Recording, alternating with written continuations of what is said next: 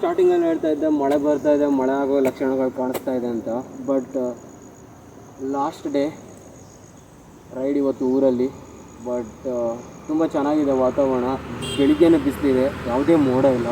ಇವತ್ತು ಮೇಜರಾಗಿ ಪ್ಲ್ಯಾನ್ ಮಾಡಿರುವಂಥದ್ದು ಬ್ರಾಹ್ಮಿ ದುರ್ಗಾ ಪರಮೇಶ್ವರಿ ಟೆಂಪಲ್, ಕಮಲಶಿಲೆ ಮತ್ತು ಆಜ್ರಿ ಶನೇಶ್ವರ ದೇವಸ್ಥಾನ. ಸೊ ಇದೆರಡಕ್ಕೂ ನಾನು ಮೊದಲಿಂದ ಹೋಗ್ಬೇಕಂತ ಇದ್ದೆ, ಬಟ್ ಯಾವಾಗ ಬಂದವಾಗಲೂ ಸಮಯ ಸಿಗ್ತಾ ಇರಲಿಲ್ಲ.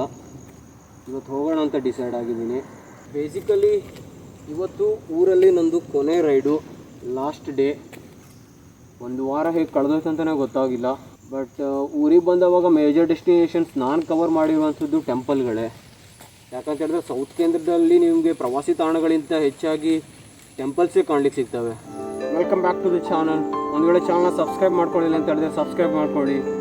Let's go. ನಮ್ಮ ಊರಲ್ಲಿ ರೋಡ್ಗಳೂ ಖಾಲಿನೇ ಇರ್ತವೆ. ಬಟ್ ಸ್ವಲ್ಪ ರೋಡು ಹಾಳಾಗಿರೋದ್ರಿಂದ ಈ ಸಲ ತುಂಬ ಪಚೀತಿ ಅನಿಸ್ತಾ ಇದೆ. ಬನ್ನಿ ಹೊರಡೋಣ.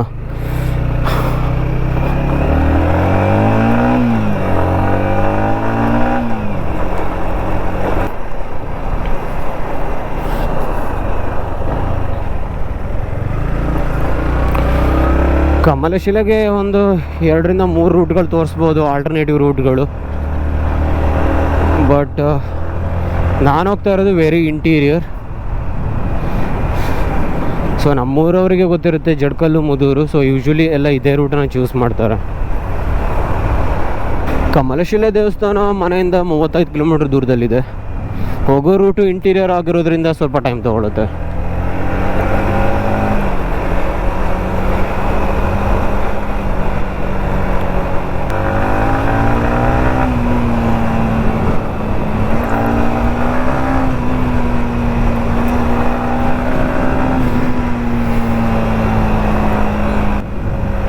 ಘಾಟ್ ಸೆಕ್ಷನಲ್ಲಿ ಈ ಥರ ರೋಡ್ಗಳಿರ್ತವೆ, ಇಷ್ಟೊಂದು ಶಾರ್ಪ್ ಕರ್ವ್ಸ್ಗಳು.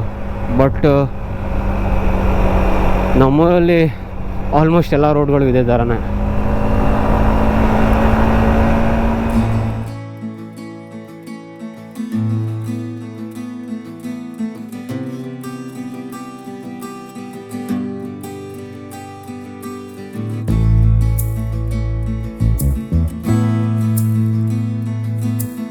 ಮುದೂರು ಅಂತ ಹೇಳಿದ್ರೆ ಯೂಶ್ವಲಿ ರಬ್ಬರ್ ಪ್ಲಾಂಟೇಷನ್ನು ಮತ್ತು ಈ ಥರ ಲ್ಯಾಂಡ್ಸ್ಕೇಪ್ಗಳಿಗೆ ಫೇಮಸ್ ಅನ್ನೋದಕ್ಕಿಂತ ಆ ಲೊಕೇಶನ್ ಅನುಭವಿಸಿದೆ ಒಂಥರ ಡಿಫ್ರೆಂಟು.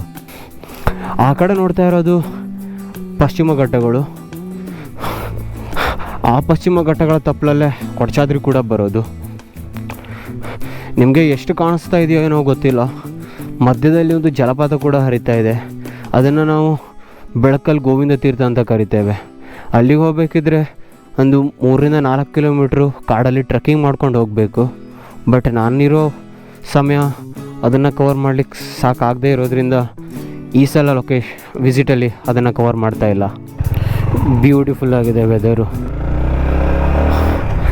ಮಾನ್ಸೂನ್ ಬಂದೋಗಿರೋದ್ರಿಂದ ಗ್ರೀನರಿ ಎದ್ದು ಕಾಣ್ತಾ ಇದೆ.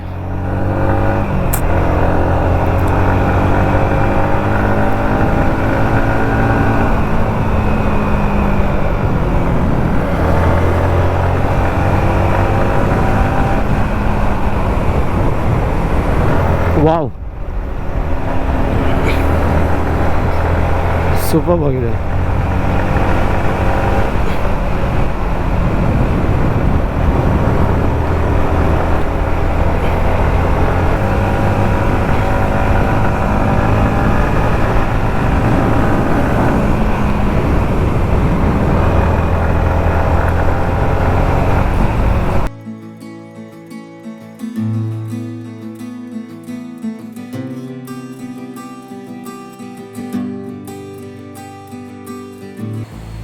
ಇವಾಗ ಟೈಮ್ 9:15 ಆದ್ರೂ ಕೂಡ ತುಂಬ ಶೆಕೆ ಅಂತ ಅನಿಸ್ತಾ ಇದೆ. ದೇವಸ್ಥಾನ ಇಲ್ಲಿಂದ ಒಂದು 3-4 ಕಿಲೋಮೀಟ್ರು, 5 ನಿಮಿಷ ಸಾಕು. ಕೊನೆಗೂ ಶ್ರೀ ಬ್ರಾಹ್ಮಿ ದುರ್ಗಾ ಪರಮೇಶ್ವರಿ ದೇವಸ್ಥಾನದ ಸನ್ನಿಧಿ ಐ ಥಿಂಕ್ ತುಂಬ ವರ್ಷಗಳೇ ಆಗಿತ್ತು, 7ರಿಂದ 8 ವರ್ಷಗಳಾಗಿತ್ತು ನಾನು ಬಂದು. ಬಟ್ ಲ್ಯಾಂಡ್ಸ್ಕೇಪ್ ಫುಲ್ ಚೇಂಜ್ ಆಗಿದೆ, ನನಗೆ ನೆನಪೇ ಇಲ್ಲ ಇಲ್ಲಿ ಬಂದಿರೋದು.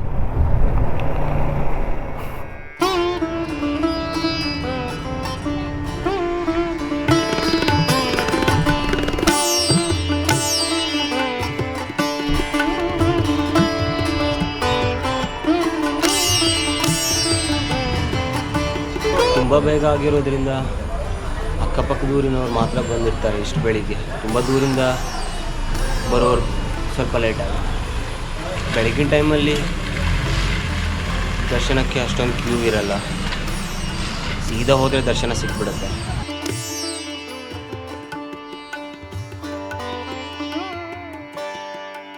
ಕಮಲಶಿಲೆಯಿಂದ ಆಜ್ರಿ ಶನೇಶ್ವರ ದೇವಸ್ಥಾನಕ್ಕೆ ಬರೋ 3.5 ಕಿಲೋಮೀಟ್ರು, 5ರಿಂದ 7 ನಿಮಿಷ ಸಾಕು.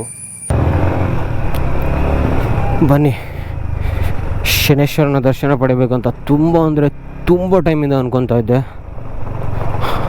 ಆಗಿರಲಿಲ್ಲ. ನನ್ನ ಪ್ರಕಾರ ನಾನು ತೊಗೊಂಡಿರೋದೇ ಸರಿಯಾದ ದಾರಿ ಅನ್ಕೊತೀನಿ. ಎಸ್, ಹೌದು ಅನಿಸುತ್ತೆ.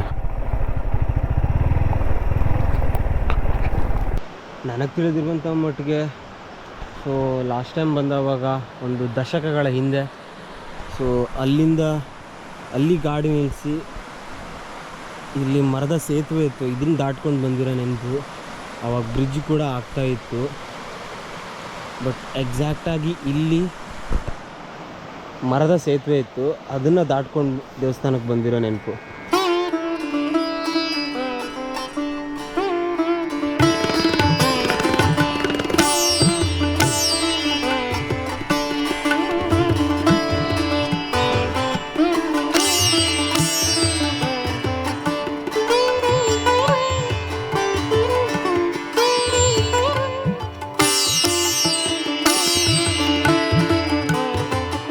ಶನೇಶ್ವರ ದೇವಸ್ಥಾನದಲ್ಲಿ ಜನ ಇಲ್ಲದೆ ಇರೋದು ನೋಡಿರೋದು ಇದೇ ಮೊದಲು ಅನಿಸುತ್ತೆ. ಬಟ್ ಇವಾಗ ಲ್ಯಾಂಡ್ಸ್ಕೇಪ್ಗಳು ತುಂಬ ಚೇಂಜ್ ಆಗಿವೆ, ಬರೋ ದಾರಿ ಚೇಂಜ್ ಆಗಿದೆ, ಕಟ್ಟಡಗಳು ಚೇಂಜ್ ಆಗಿವೆ. ಬಟ್ ಇಷ್ಟೊಂದು ಟೆಂಪಲ್ ರನ್ನು ಯಾವಾಗ ಬಂದಾವಾಗಲೂ ಮಾಡಿರಲಿಲ್ಲ. ಆಲ್ಮೋಸ್ಟ್ ಪ್ರಸಿದ್ಧಿಯಲ್ಲಿರುವಂಥ ಎಲ್ಲ ಟೆಂಪಲ್ಗಳನ್ನು ಈ ರೈಡಲ್ಲಿ ಕವರ್ ಮಾಡಿದ್ದೀನಿ. ಊರಲ್ಲಿ ಇದು ಕೊನೆ ದಿನ.